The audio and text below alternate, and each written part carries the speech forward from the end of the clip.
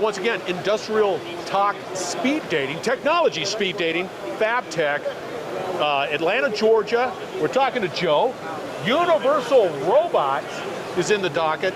Talk to us a little bit about this tech there, Joe. Scott, we're the #1 cobot company in the business. Right off the bat, he hits it. I go right for the Right there. Right for the jugular. So we've got over 50,000 cobots installed around the world.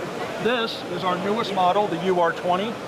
It is not only our biggest cobot, it's our strongest with a 20-kilo payload capacity and our longest reach at 1,750 millimeters. It's also our fastest cobot.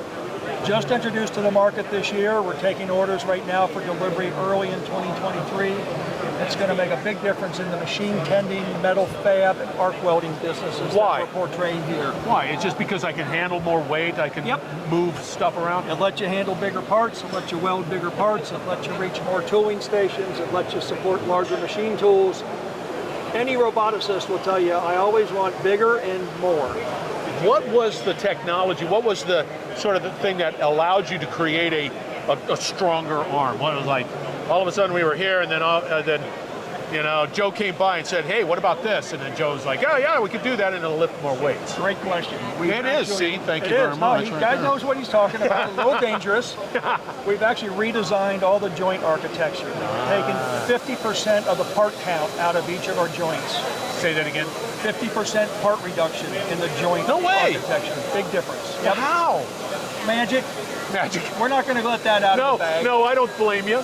But what it does, it strips weight out of the arm, and you strip weight out of the arm. Now your force calculations and mass calculations are far more favorable. You can carry more weight. Yeah, see.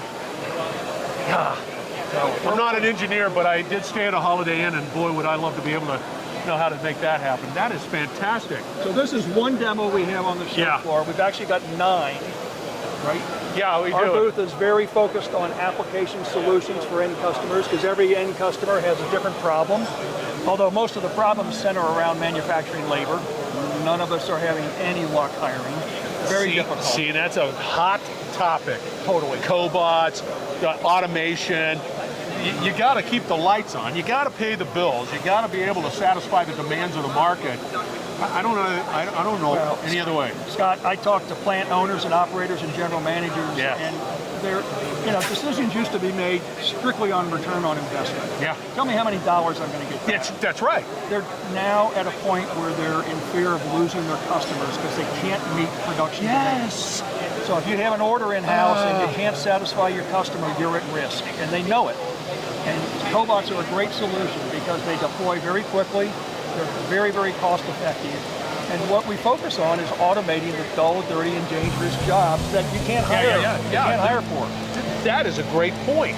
And that's spectacular. And you'll see it here, right? We're doing machine tending, machine load and unload, arc welding over in this corner. Yeah. Grinding and surface finishing over here, arc welding in that corner, laser welding in the back corner. These are all jobs that are considered tedious and repetitive. Yep. And frankly, they really aren't of interest to the younger generation. And that's the big problem. One last question, from a programmability perspective. Can I get up and run, I get this in the crate, it's coming on in, I'm all giddy with excitement, and I want to get it up and running, and I want to get it in production. Is it doable? It's very doable. We do a couple things differently than anybody else. First off, we have an online training academy. Do you really? Scott, in 2 hours, you can learn the fundamentals of programming and operating a Universal Robots cobot. Like 2 hours. 2 hours? 2 hours. Second thing is, we're going to take you over and we're going to have you program a robotics welding cell. Oh, there it is. And there it is. And you're going to see how quick and easy it is. We like to see people who understand the process that they're trying to automate. And we can give them very quickly the tools to deploy our cobots into those processes. Jeez, Joe. I'm having a hard time poking holes in your value proposition, but I'm failing. Well, come on, let's go show you some more. I was going to say, I could give you my resume if I can learn more. Come on over. All right, let's keep going. All right. Roll away. Oh, yeah.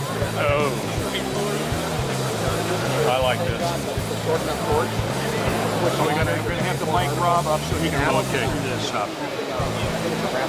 Okay, we're going to have another conversation, so stay tuned. We're broadcasting from FABTECH 2022, right here, the next technology. Stay tuned.